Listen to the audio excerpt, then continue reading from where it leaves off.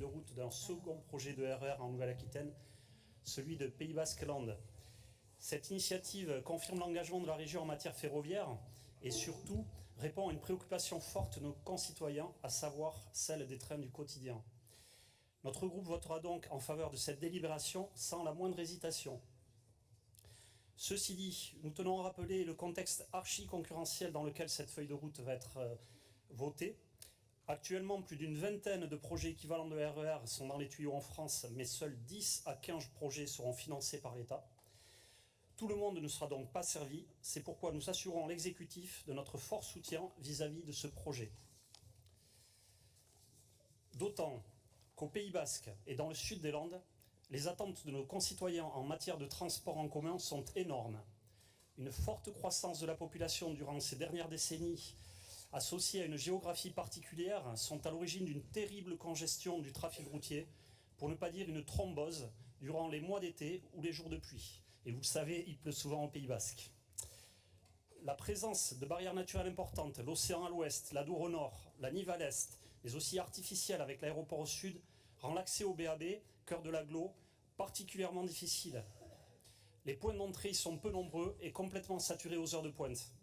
Et de ce fait, la pollution de l'air aux particules fines est exceptionnellement élevée pour une agglomération de cette dimension.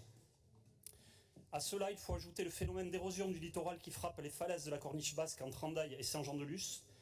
À cet endroit, le sentier littoral a déjà été fermé et déplacé, et le même problème se posera rapidement pour la route.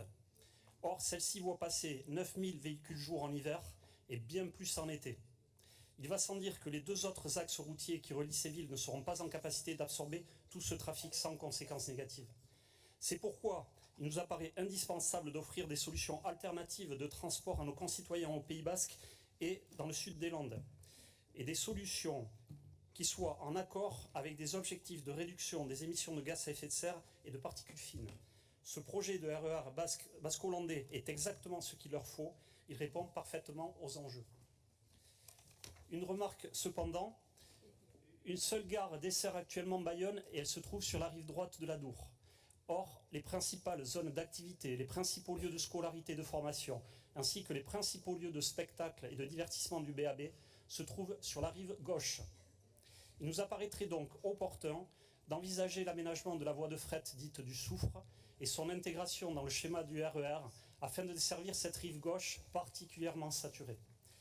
Nous en avons bien sûr discuté avec le vice-président Lagrave en commission et nous avons entendu et compris ses remarques, notamment à propos de Mousserolles. Nous demandons simplement à ce que cette option soit gardée à l'esprit, car si une possibilité s'offre à nous, elle pourrait se révéler déterminante dans le choix de report modal, que vous évoquez, monsieur le vice-président tout à l'heure, dans le report modal de nos concitoyens, en particulier sur l'axe Bayonne-Saint-Jean-Pied-de-Port. Enfin, nous ne pouvons pas terminer notre intervention sans évoquer les autres projets de RER qu'il faudrait voir aboutir dans notre région. En effet, d'autres agglomérations, d'autres territoires ont également de fortes attentes en la matière, Poitiers, Limoges, La Rochelle et Pau notamment, mais pas que. Nous attendons donc de la région qu'elle continue d'aider ces agglos dans la constitution de leur dossier, afin qu'elles puissent à leur tour bénéficier du financement de l'État lorsque celui-ci décidera de lancer une nouvelle série de projets. Madame la Présidente, mes chers collègues, je vous remercie pour votre attention.